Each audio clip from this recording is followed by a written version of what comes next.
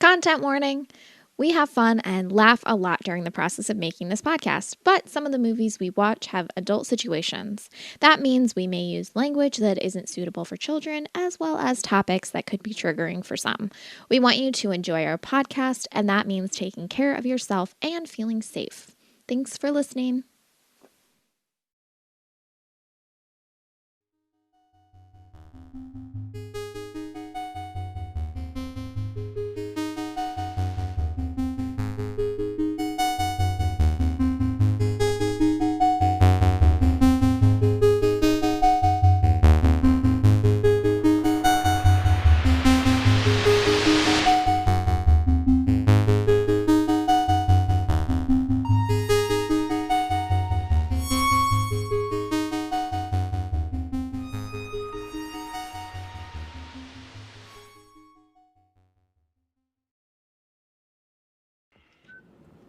Captain, we have a young man here who has a request. Hi, what's your name, son? My name is Clifford, and I think you're the bestest captain in the whole wide world. Hello. Hi. We're back again for another installment of this shit that we do. I'm Z. I'm Keith.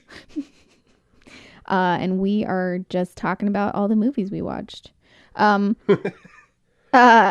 mentioned in another podcast that the majority of the things that we watch are not going to be things that are, probably not great films. And also, they're probably going to be more 80s and 90s and less maybe some early aughts stuff, but really we're going to focus on the rarely anything that's nothing that comes out now, like, because I don't care about modern. I don't care about movies. I don't want to actually critique that and WandaVision. We're just going to talk about.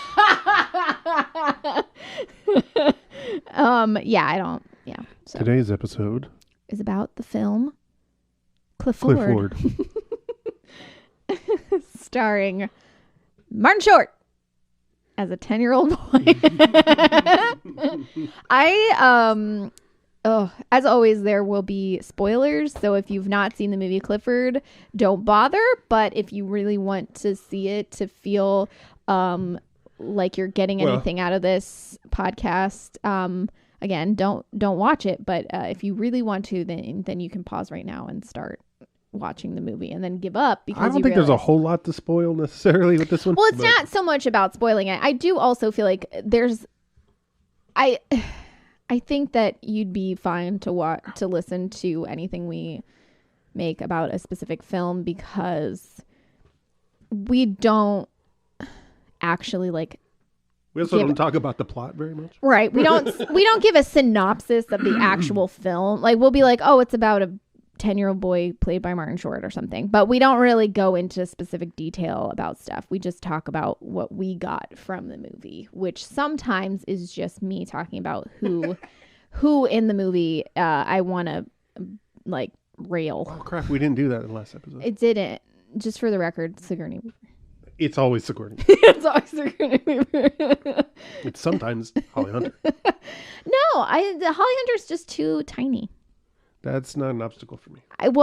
Everybody's too tiny for you. You were a tall person, so. I'm not that tall, and Well. We got Charles Grodin. We got Mary Steenburgen. Yeah. Dabney Coleman. Yeah, Dabney Coleman, who's great. This was interesting, though, because Dabney Coleman is in this. Dabney Coleman is also in Tootsie. Yes. And I felt like so much Martin Short as Clifford. I felt like so much of the time he was doing Dorothy Michaels. Really? Yes. I kept getting like Tootsie vibes from his performance. Whenever he would do the thing where he would shake his head and be like, I just, be very excited about something. I'm like, oh my God, it's Dorothy Michaels. It just looks like Dorothy fucking Michaels. Which I do love the movie Tootsie. I'm not saying it's a perfect movie. I'm not saying that it's not problematic, but I think for being made in 1980, it's not as bad as you would think it is. Like, it has shit in it. I'm not endorsing the film by any means. Like, there's some definite transphobia, but the basis of it is not like it doesn't rely on transphobia for all of its humor and stuff. And a lot of the ways is like just unlike Clifford. But with Tootsie, with Tootsie, oh God, that one scene. Yeah, there's an explicitly transphobic joke in this movie and for no reason. Yes, it literally just planted in there. I don't understand. Yeah, but Clifford is a film that exists. Woo! Wow. So, I'd only barely heard of this movie, and only talked about as though it's. Oh God, god awful. I fucking hated. I saw this as a kid. I fucking hated this movie. That makes sense. Because I doubt I would have enjoyed it a moment earlier than right. Yes. I mean, it was like I would not recommend watching this movie. It's not great, but it was fun to watch. Like, and especially, and I think part of it is because I expect it to be the fucking worst thing I've ever seen, and I expected to be so goddamn bored. Yeah. But the thing that caught me the most was I could tell. So I have such a fucking keen eye for wigs. I can tell when there's been a reshoot. I'm like, that hair is a little bit different. I don't like, and so that's what made me. Everyone's wearing a wig in this movie. No, because like Martin Short's hair is so like soft and like supple, and then it'll suddenly and like there'll be something that happens, and I'm like, that's a fucking wig. Like he's wearing a fucking wig. Like why is he wearing a fucking wig suddenly? So I looked it up and like. So the movie was shot in 1990. Oh yeah, give us some production history. Yeah, the movie was shot in 1990, and then I can't remember what production company it was under at the time, but it was facing bankruptcy, so they did not put the movie out for several years. And in I don't know why, it wasn't obvious. And in 1993, they did a bunch of reshoots, which included this weird. Or like maybe reshoots is the wrong thing, but they added the whole like Martin Short as an old priest, like telling the story of when he was a boy. So they did all these like reshoots with like for like bookends for the movie with this thing. But they also like I don't think they didn't like the IMDb trivia didn't seem to reference this too much, but it's very clear that Martin Short is wearing a wig. To me, I'm so as Clifford, you mean? Yeah. So there's some scenes where I'm like, okay, so there, but it seems to be all the scenes where you're like watching him do the bad shit, like the worst shit that he does is like, and like at the very end, you know, when the uncle saves him from death, after debating whether or not he should, I think like that whole scene where he's like, you know, I'm really sorry for everything I did. And he's like, I don't trust that you are because you're such an awful person. He was wearing a wig in that, so I'm like, what the fuck? What could the resolution have been? Like like I was so like curious about that. There's no reference to like what the movie was before they did the reshoots or whatever, but I'm so curious what the movie would have been like without like him like do all the reshoots. But it came out in 1994, which I feel like if it came out in 1990, the reception would have been vastly different for like 1994. I felt like I wrote this down. I'm like, I did not know what a dark comedy was back then. Like I did not enjoy dark comedy. I still have trouble with dark comedies because like a lot of times I feel like they just make everyone tell lies, and I don't have. And that's the comedy. Yeah. Like it's like literally like if you just like weren't a giant piece of shit, then all those bad things wouldn't be happening. You know, like I have such a hard time. Are you okay? No. Oh my God. We got a pillow situation. Yeah, but like, it's like in like, this is why I don't like Ben Stiller movies a lot of times, because they're always based in like embarrassment. Oh yeah. And like, or like in somebody telling a lie about something and then it getting so convoluted and like that shit. Like I will get like, I will have an anxiety attack watching them. Like I can't, because it's like, I lied about this one small thing that shouldn't matter, but then I made it worse by doubling down. But yeah, I didn't know what a dark comedy was. I didn't understand why a dark comedy would, you know, I didn't like dark comedy. I still, again, not super excited. I think it's a term that's sort of fallen out of usage. Really? A little bit. I just feel like all comedies are dark. No, I feel like I love that expression.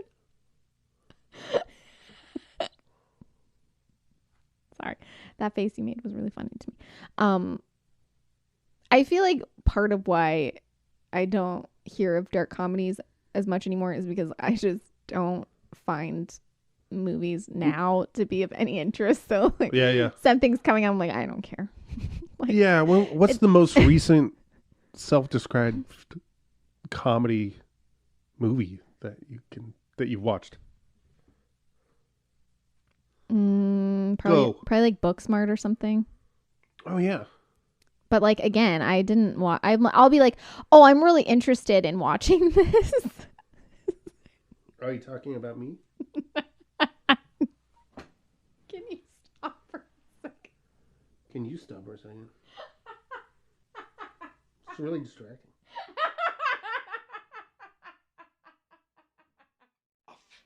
You think it's funny? No. It was funny, Uncle Martin. It was because you made a toast to here's to Parker Davis.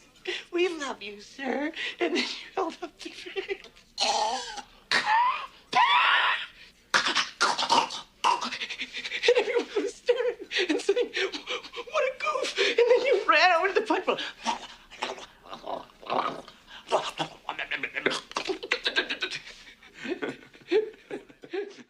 Dark comedies. Yeah, I don't know. I don't know. I feel like dark comedy is like a lot of times they're either not funny. Yes. I mean, which Clifford is guilty of. Or like they try too hard to fit into the dark comedy thing. Where like they'll be funny and then they'll just do some like really fucked up shit and you're like, oh, usually I just feel like all the comedy that's produced now is dark comedy. Yeah. Raunchy. And based on like cringe. Oh God, you yeah. know, ugh, I can't deal. You know, with the shit. Ricky Gervais model, basically. Yeah, I can't. It's so hard for me to deal with like anything that's like the feel bad comedies. The feel bad comedy of the year. Yeah, like it's so hard for me to like. I can't like enjoy the stuff that's like, oh, we're gonna make something funny while you watch other people suffer. I'm like, no, I don't like it, and I'm not gonna watch it. Yeah. But the Clifford. That's why something like Bob's Burgers feels wholesome, Mike. Yeah. Which it is, but at the same time, it's not. Mm-hmm. Yeah. As family friendly as it feels like it is. Yeah. Anyway. No, I agree. No, but I hated Clifford. Oh God, yeah, and there's so many things. The beginning of the movie, when like you hated it this time, or I didn't hate it this time. I'm gonna say though that it's not a great movie. No, and it's not as horrible as I. It's not as bad as I remember it to be. I actually enjoyed it way more than I expected. Oh yeah, I laughed a lot more than I thought I was gonna laugh, and there was like a lot of stuff that I think that I find funny now that I definitely wouldn't have thought was funny as a 9-year-old. Oh, but yeah, I don't think it's a great. It's hard because I feel like there's a lot of stuff that goes on in it that's like that I don't appreciate, which is like, Clifford's like just a piece of shit. Like he's a piece of shit kid, and I know the point of it is supposed to be that it's like an adult playing a kid, so it's cool that people are like, we fucking hate your guts and you're horrible, and like that's funny. But like at the same time, it's like Clifford is legitimately a monster. Yeah. He's doing horrible shit, and it's like he's like irredeemable as a character, and the only thing that makes him like apologetic in any way is that he's supposed to be a child, so you're not supposed to hate him. But he's played by an adult, so it doesn't work. And you're just like, I hate your guts. But he is redeemed. He's redeemed because of the bookends. Primarily, yeah. Yeah. But I think it would be better if those weren't there, honestly. Because it doesn't make much sense to it. He's like, and then despite what every other fucking scene in this movie will show you, I turned out okay. All right, well, all right. I believe you. But the beginning the premise or whatever is that Martin Short as Clifford, as I wrote down Martin Short as Clifford, aka Andy Dick. Just because Keith decided to read to me like all of the No. all of the things Andy Dick His police record. has been accused of or gotten arrested for, and they're plenty and they're awful. And that's basically I imagine Clifford is just how Andy Dick was as a child. Little light humor, little dark comedy. Dark comedy. So- comedy.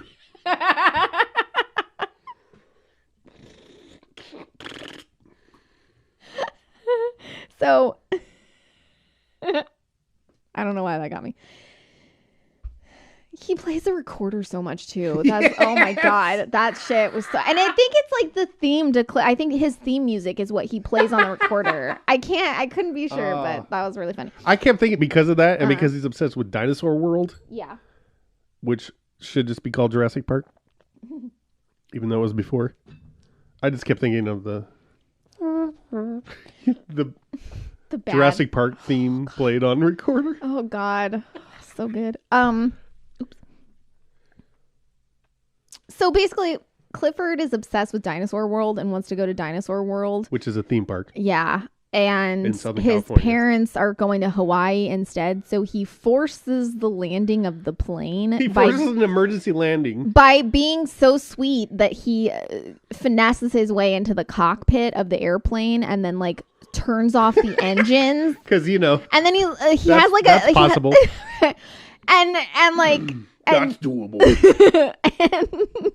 and so they land and then he's like basically put on a no-fly list. And they're like, we can't go anywhere, and he's like, yes, we have to go to Dinosaur World. So they're like, we're gonna call your uncle and you're gonna stay with your uncle so we Your can uncle go. Martin. Yeah. So he stays with Martin, but like Martin has like job responsibilities, and he's like, okay, we're gonna go to Dinosaur World tomorrow. And then his boss is like, hey, guess what? I'm putting a bunch of workload on you so that you have to like cram something in the next 2 days. And he's like, okay, well, it's gonna have to wait. And he's like, you lied to me. Now I don't like you. And so he's like punishing his uncle for lying to him. And he's like, imagine if you were a little boy and someone told you a lie. How would you like that? And it's like so weird and creepy, but when what's his name? Did I say who is it? When his uncle? Did I say Phil Hartman? No.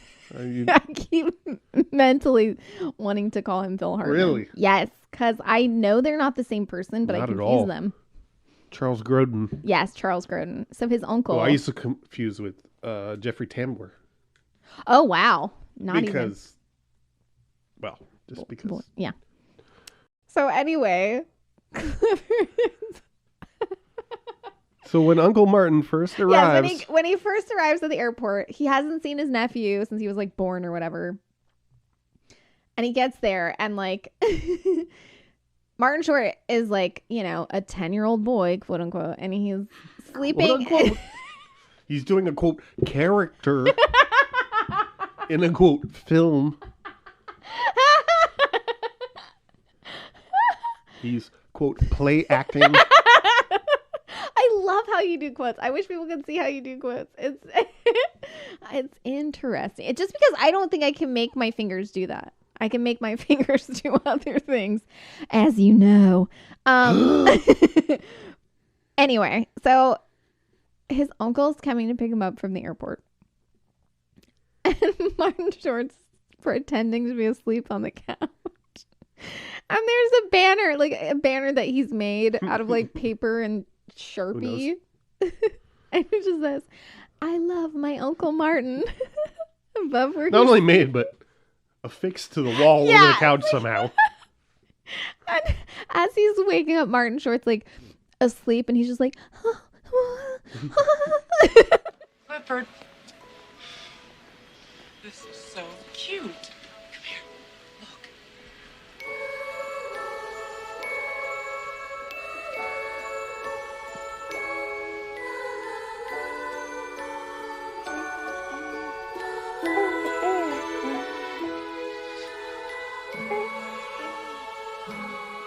Clifford. Don't reject me.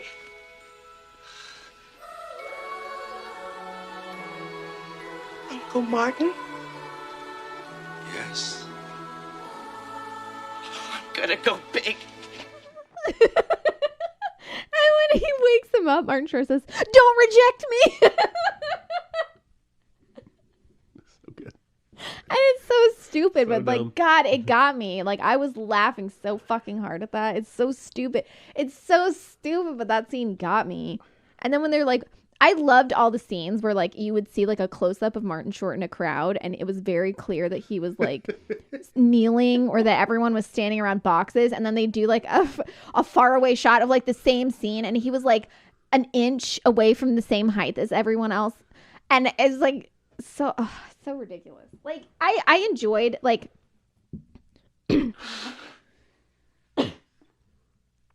I enjoyed the ridiculousness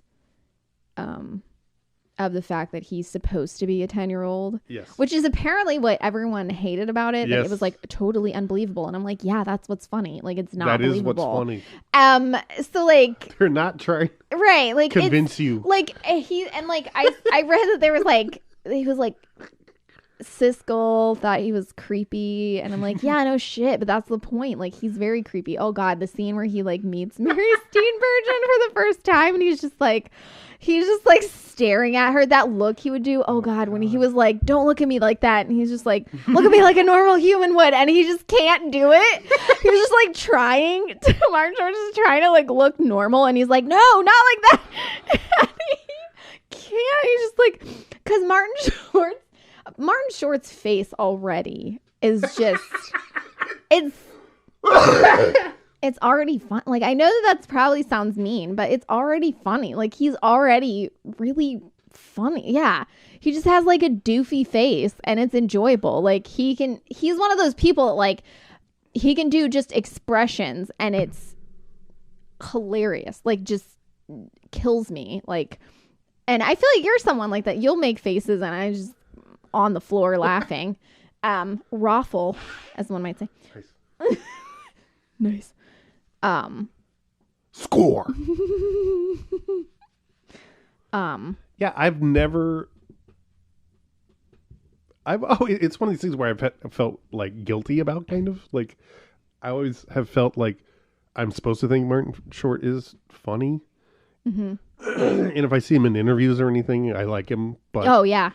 any of the movies I've seen him in, I have not historically enjoyed him. Mm-hmm. But now this is making me question if that's I'm like, was I just not getting right? Yeah. And it makes sense because I feel like he's doing a thing that you don't do in movies. Yeah, exactly. Either I didn't get it or it just didn't work.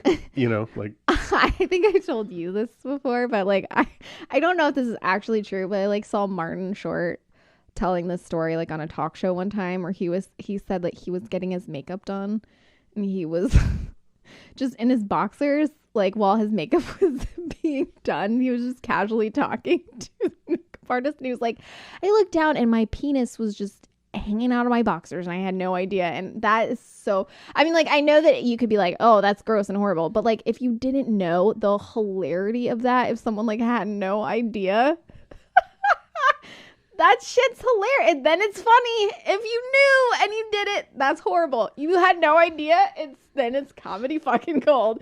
You didn't know?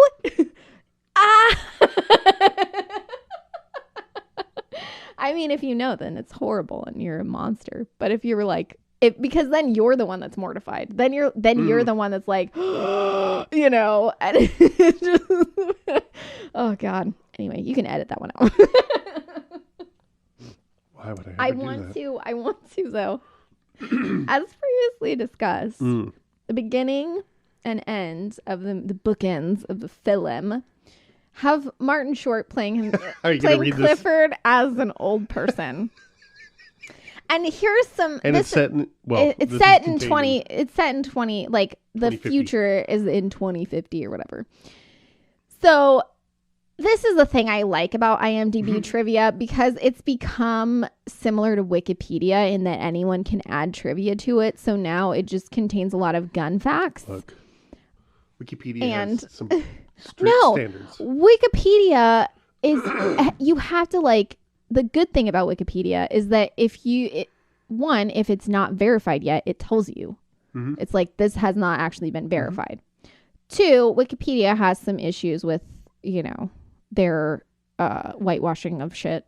They're not notoriously terrible with just most of the contributions are by white people. Yeah, by white people, but like also about white people. And there's like, if something like I encourage you to read the Wikipedia article or the Wikipedia entry on how bad Wikipedia is on like basically whitewashing. I'm being serious. Like they actually call themselves out pretty heavy on there. Anyway, but Wikipedia, at least, like if something's not verified, it says it's not verified. Right. IMDb though doesn't have the same standards, so you never know. You actually never know. It will tell you 7 different conflicting trivia facts in the same thing.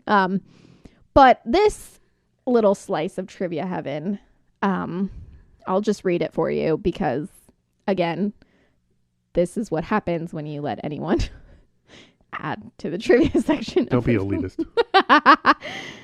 This movie, sorry. The movie starts with Clifford as a priest in the year 2050 before going to the present setting of 1990 when the film was shot. Since Martin Short plays Clifford as a 10-year-old in 1990, that means the character would have been born in 1980, and in the year 2050, he would be 70 years old. However, Martin Short's makeup as the elderly Clifford makes him look as though he is in his mid to late 80s or even early 90s during the scene set in 2050. Like, that's such a nitpicky, bitchy little thing to be like, I think he looks older. Like, I'm sorry that Clifford, the piece of shit who, like, tried to kill a bunch of people multiple times, hasn't aged to your liking. Like, he looks older than he should. Okay, cool. Maybe he did a lot of hard drugs or something. You never know. You don't know what made Clifford turn into a good person. Also, he becomes a priest. Mm-hmm. So think about that. Who hangs out with I know children. There's like a scene where like he as a priest, and like in 1994, I'm not saying things weren't going on. Obviously they were, they had been for a long time, but like he like hugs a little boy. And it's like, it's supposed to be endearing. And I'm like, oh, that would not happen now. There would be no endearing priests hugging children scenes shot ever after, I don't even know, like the early aughts probably is when that shit really hit. I watched a film about it called Spotlight, starring Michael Keaton. It's on Netflix. Check it out. Yeah, it was, anyway, whatever. But yeah, that was an interesting thing where he's like supposed to be good now, and he's a priest. A priest and I'm like, who visits.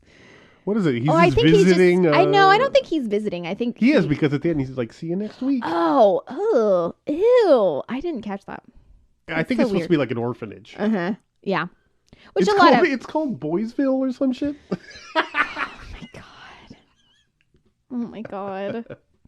Okay, we're going to take a break real quick. Be right back.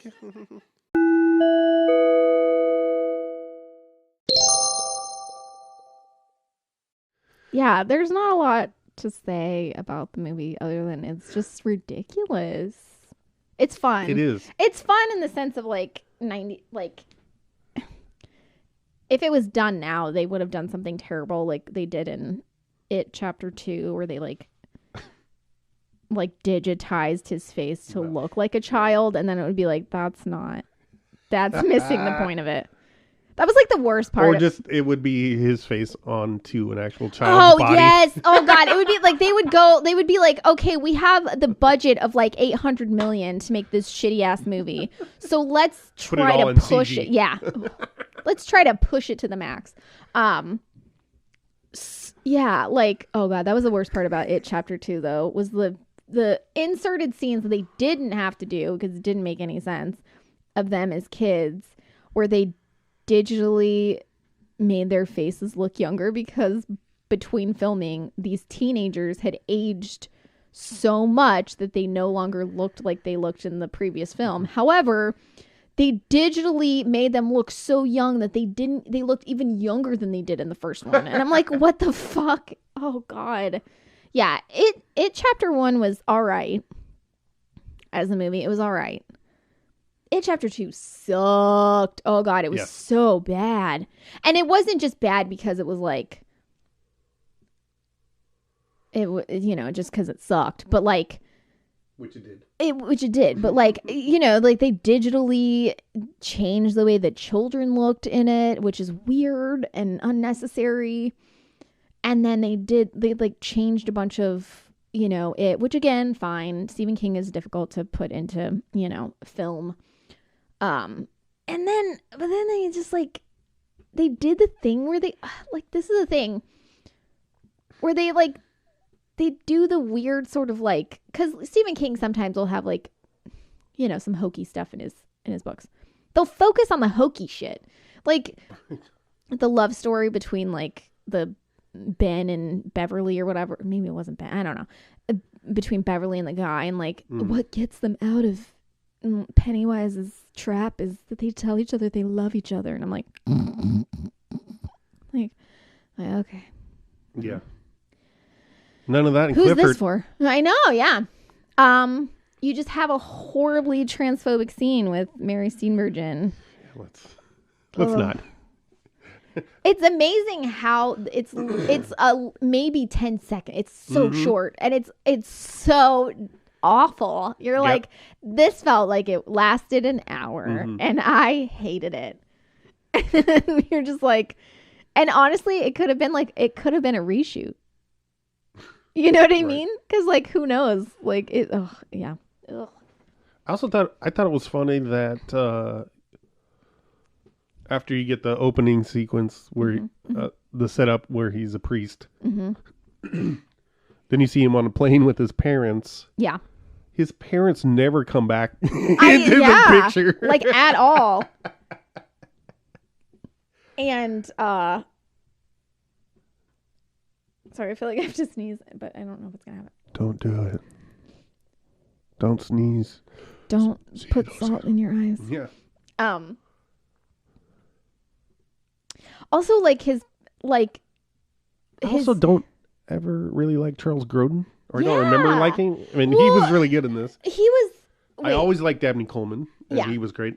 Oh God, the fucking ponytail at the end. Oh God. Oh, can we talk about how the technology in it? Yes. How so Charles Grodin, Uncle Martin's is an architect, and he's working on a transportation design or whatever. For LA. It's not really important. Yeah. But the project that he's cramming for is being unveiled at the end of the thing, and he's run ragged. He shows up like unshaven. And one of Clifford's final pranks on Uncle Martin is that he hides his tape, the tape that he's gonna. No, it's a different part than. Oh, I see. Well, I don't know if it's different than what you're talking about. But Uncle Martin has some kind of cassette. Yeah, he hides it from him. Like he takes it, he hides it from him, and he has to go searching through the house to find it. I was thinking that it was his answering machine tape. That was hidden. Anyway, Might have been. So he goes up to the podium and inserts the tape into whatever the player. podium, which doesn't make any sense. Like he has a model of this transportation system, and then he puts the tape in. Presumably, it's going to be some kind of AV presentation. Yeah, but instead, the whole thing just blows up. And it's just like, and he's just like, Clifford. And it's just like, okay, sure. So many questions. By now, we've discovered Clifford is a sociopath. We get that. But how did this tape blow up the thing? Like, there's so much also, what was it supposed to do? Exactly. Right. Or I assumed that was the intention. Like, it was supposed to blow up. But like, yeah. I mean, what was Grodin expecting to happen? Oh. Yeah. That's it. Yeah. But also it's like, why would that? And they're like, you're fired. I'm like, you think he blew up his own thing at his prison? What? Well, people don't always get fired for those kinds of reasons. Well, that's true. Oh my God. But then the part where he's adjusting, like he pulls out like the motherboard. Oh yeah. To something. Uh-huh. that's honestly just a display. It's just a monitor. It's just a monitor, and he pulls out the motherboard of something in a drawer. It's a monitor with Dabney Coleman, who's the like head of the... And he like fucks around with the motherboard and changes Dabney Coleman to be bald. And got some fucked up teeth or whatever. Yeah, and it's that... Prank! And I'm like, that's... Okay, that's how a motherboard works, is that it changed... And what was he had, like... Did he have like little joysticks? Yeah, What no, it was was he like it looked like screwdrivers. I don't know. I honestly didn't know. Yeah. I'm like, what Unclear. the fuck? Clifford's just a genius. You know, there's just so much that it's like, what? Yeah. Again, it's the 90s like computer shit where it's like, well, and if it was 1990. Yeah. Whew. Yeah, so much. And then there's the whole sequence inside Dinosaur World once we finally get to it towards the end. Yeah. That was the part I was like, what? Speaking of budget. Yeah. I was just like, what the fuck? It's full on animatronic models and stuff. I want to ride in that like little baby Triceratops. Yeah. I want to get in that thing. It was like gold. I'm like, hell yeah. Give me that. But yeah, like the whole like, and I like how just making the ride go faster than like broke everything. And I'm like, I don't think, okay. You know, Clifford, I really shouldn't put this in hyperdrive, but I just can't seem to help myself. Oh, well.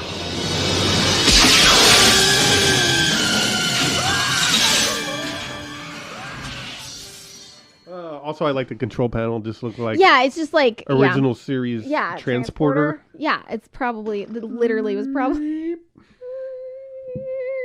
It's just there's and there's so many things about it because like so Uncle Martin designed the rides for that.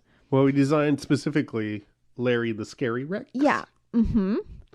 And because of that, he had a lifetime pass to get in, which I guess entails him being able to come in after hours and access everything after everything's been closed down because they go at like midnight, and he like puts Clifford on a ride and then makes it like there's so much unexplained stuff. Correct. And like sometimes that shit's just like funny that it's not explained, but in those cases, especially in the fact that because of Clifford, he's he's like a suspected terrorist because he threatened to blow up a place with like a bomb or whatever. Oh, that's right. And he blew up something at his workplace and got fired. And I'm sure the police are maybe watching him because it's very like clear that like Clifford has done a lot of things to make his uncle. He wrote a confession, remember? He didn't though. He never did. Oh. Remember? Because when Uncle Martin's like, look at me like a normal person, and he literally can't do it. He's just like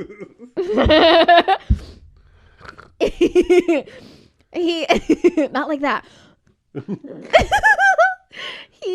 He's like, write a confession and then tell Sarah that like we're getting along. Sarah's who Steenburgen. Yes, Mary Steenburgen. But instead of doing that, he tells him he's getting on a train. Oh, right. And so his uncle gets on the train and then he throws a party with a bunch of strangers, which I'm like, how does a 10-year-old why would anybody want to come to the party house of a 10-year-old who's just like, come to my house for a party? What? And there's so many people there and they're like drinking. I'm like, how did this happen? I don't understand. Like, there's just a lot. Like, it would have been funnier if like they had like addressed, if it was done like how like that movie Jack was done with Robin Williams playing. I've never seen it. You don't need to, but it's like Robin Williams plays a 10-year-old boy with like, I think it's supposed to be progeria. Is that what it is? I thought he was supposed to be an adult that had somehow been reverse aged. Nope. He's playing someone. I think it's supposed to be progeria. Obviously that's not what progeria actually is. Where he ages at a much faster rate. So he looks like he's 40 when he's really just like 10 or whatever, or like 11. If they'd done it in a sense like that, where it's like you know, where like they address the fact that Martin Short looks not like a 10-year-old kid. And then he was doing all kinds of stuff or like getting away with all kinds of stuff because of that. Then I feel like it would make somewhat more sense that he's able, because so much of the time he's just able to access things. Oh, I see. That he just, how are you able to do that? Like, it would make more sense if they were like, wow, you know, you look pretty grown for a 10-year-old, and just like in any way reference that. And then but they're just like, he's just a normal 10-year-old boy. I know why they did that, because they wanted it to up but I think, I don't know, for where they go with it, I think it doesn't make sense that they just are like, he's a normal 10-year-old boy, just like any other 10-year-old boy. He's just actually insane. He's actually very smart. And psychopathic. Right. It's so, yeah. And like, I do think that's a hard, it's always, I have to suppress this part of watching anything, especially pre 9/11. Oh, yeah. I mean, actually it's harder if it's post, because like, yeah. if it's anything where like, someone goes to any kind of shenanigans involving flying, yeah, or like people giving information over the phone. Yeah. I know it probably happens. I feel like before, like in the 90s, I think it was a lot different. Truly. What did we watch recently? Where was we watched Species? No. Oh, it was Cape Fear. Okay. Because I watched the original version. Right. And they do adjust it, like the remake. Yeah. It's harder for him. They come up. Yeah. Whatever. Anyway. Not important.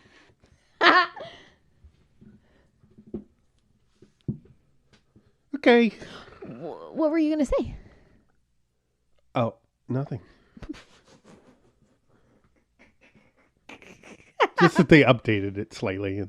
And whatever. In the 60s version, he goes to the airport and he was like, oh, can you tell me where this person flew to and when he'll be back, and how I can get these documents to him, and blah, blah. Yeah. And in the 90s one, it's like, only slightly harder for him to get all that information. But see, I feel like, I mean, like, I know this is going to sound stupid, but like, honestly, like having worked in a place where like there are procedures, most procedures only happen when someone abuses, like something, like, so basically, I don't know how I'm going to say this. Are you saying the procedures are put in place because someone abuses? Yes. Yeah. Like literally, or like safety precautions are put in place because someone abuses like the loophole or whatever. Like information is easily accessed, and it's just continuously accessed until like something enough people die from that, or like enough people have their like identity stolen or exactly. some shit, And then but they have to be like, how did this happen? And they have to backtrace it. Oh, because we didn't, you know, this loophole where we didn't, and then it just continues like that. And even, unfortunately, I'm getting all like serious and technical, but like sometimes, and like I know this because I've had jobs where I'm like, hey, this whole thing is like a big loophole area where like someone's gonna, you know, this is the thing. Yeah. And they'll be like, it's fine. And then it's like, boom, something happens. And they're like, how we wouldn't have known. I'm like, yep. That's cool. Or when you're like, oh, I found a big loophole. And they're like, no. And you're like, yeah, it's right here. And they're like, that's not. And then you're like, yeah, if you look at this, here it is. This is the loophole. And they're like, that's a big loophole. And you're like, yep. Like, what did I say? Okay, cool. Whatever. But yeah, I feel like a lot of that stuff, because like airport security was very, because my dad used to fly all the time when I was a kid, because he used to visit his family. And so we would go to the airport all the time. And I used to like literally go through the metal detectors and like walk into the gate and all that shit. Yeah. Sure. And I even set off the metal detector one time on accident, because I had a notepad with me because I was drawing, and I forgot to put it aside, and I just carried it through the metal detector, and it went off, and they were like, oh, you can't have that. That was all that happened. They were like, oh, you know, that's not the case now. Like, it's not a thing. Like, you know, like they have whole body scans. They have like everything. I mean, like, it's kind of ridiculous. And like, there's a lot of bullshit and like Islamophobia that goes on with that too. You know, airport quote unquote security. But like that happened like literally up until then. No one gave a shit. Like, you probably could have got like all the like. It's so difficult to watch a movie now, or like, you know, watch a movie now that like existed before all that, and be like, wait, you could just go to the airport and like ask for like a flight information and they would give it to you. And it's like, I know it's hard to believe, but yes, like you could do a lot of stupid shit back then because they never thought anything bad could ever happen, and then it did, and now you have. Well, and I think of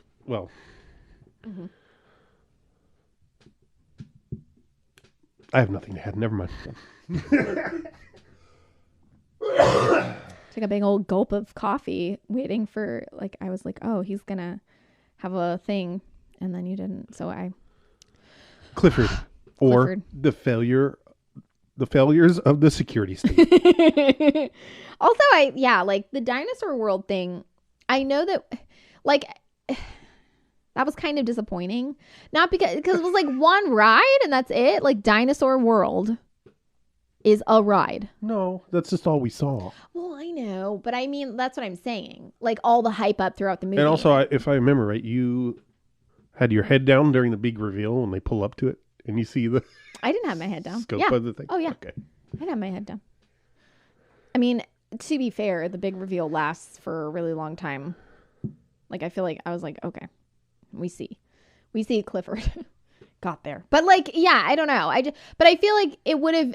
I don't know. Like, it was a thing where like they're driving, like they have to drive a long way to get there, you know? So like, it would make more sense if like Clifford was like super pissed that they weren't going there if it was like literally like across the street from where they lived. And he's like, and you saw it all the time. And he was like, we're right there. Why can't we just go to fucking Dinosaur World? And they're like, well, we have priorities. And like, but like his like feeling slighted is also just like not understanding that he's not the center of everyone's fucking world at all times. And so, but like, I don't know. I feel like they really wanted you to not like Clifford, but I think they also were like, how do we make him not 100% the worst thing in the world? And I don't think they did either.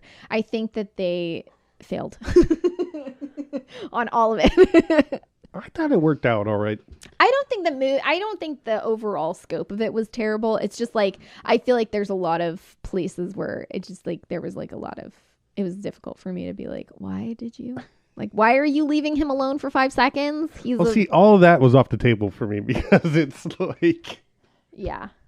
Yeah. This is a different reality. Yeah. Because... Well, yeah.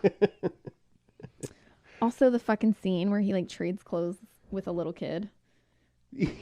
So that he can sneak into Dinosaur World. Oh, my God. That scene was really funny. That scene was hilarious. Surprisingly funny. But, like, what? Like, the last time I saw him, he was counting cash in the men's room. Oh, fuck. Yeah, not much else to say about this. And I feel like Mary Steenburgen just didn't. I feel like she just got she was just in it just as like a pretty face, which was fine. You know, she's a pretty face.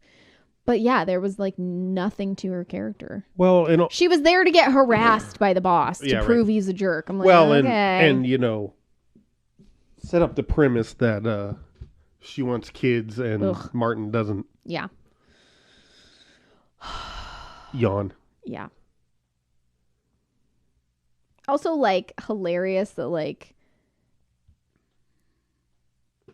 it's gonna be a thing where like she's the person that wants kids and is around kids all the time, and yet like she doesn't understand that Clifford is capable of anything, and like Martin's the only one that sees that he's like like a liar and two-faced and like doing all kinds of shit and like getting people in trouble. But like Sarah, who is literally like a licensed professional childcare worker, has like no idea that Clifford is not just a perfect angel. And everyone's like, Clifford, I've heard so much about you. You're such a sweet boy. And I'm like, why have you heard about him? What? It's very, that was like kind of like a what? Why is it? I mean, I know, like you said, like the whole premise is supposed to be like, she wants kids and he doesn't. She wants marriage and he doesn't. But that's also like, ugh, I hate that storyline so much. Like, okay, I get it. I want to have kids. Okay. Well, I can't relate to your character anymore. Yeah, I know. All right. Well, have fun with that. And like the weird... She gets pissed at him for buying a house that has 1 bedroom. That's the main... Also, because like, clearly it means he doesn't want to have kids. And also, I mean like that, but like just... That doesn't make sense because, I mean, first of all, the house looked way too big to only have 1 bedroom. That was like confusing to me. But also, I'm like, you're both professional people. So wouldn't you both need an office? Like, so why would you get like, I don't know. Well, yeah, what? that's the other like, thing. What? Is like that wherever Charles Grodin lives currently. Yeah.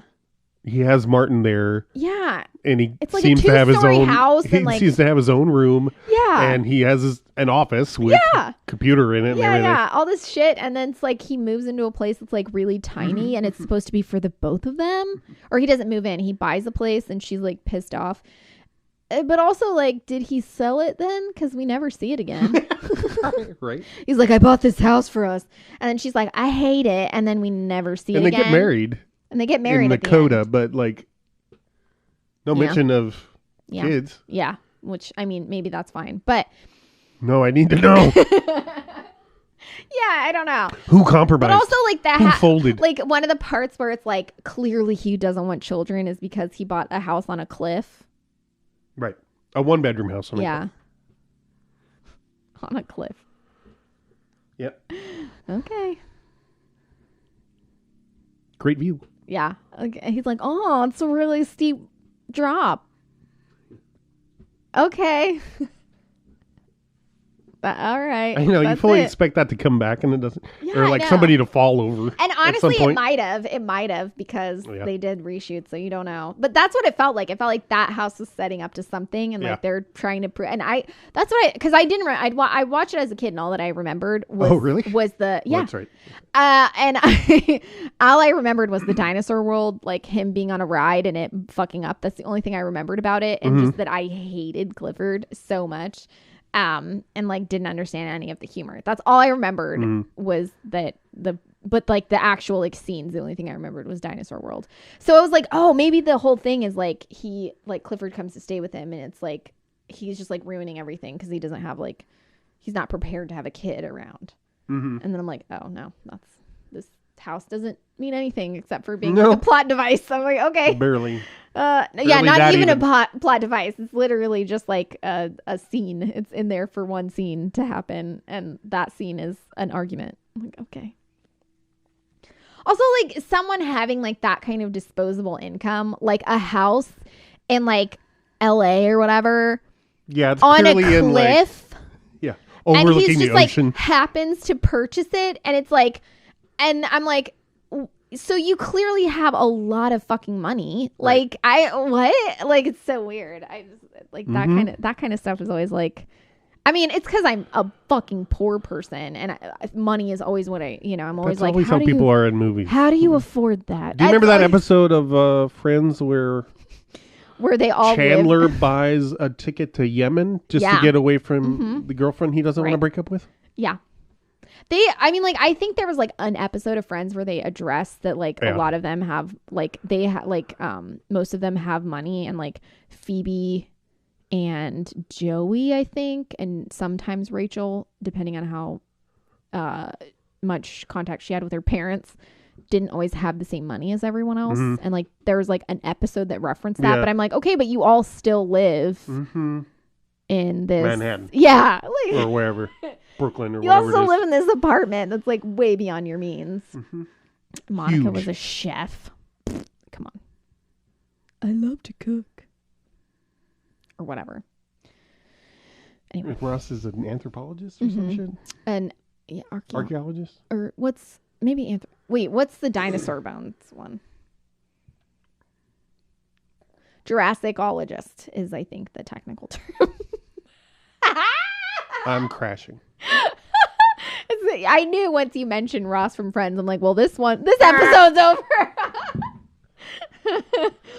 All right. Well, bye.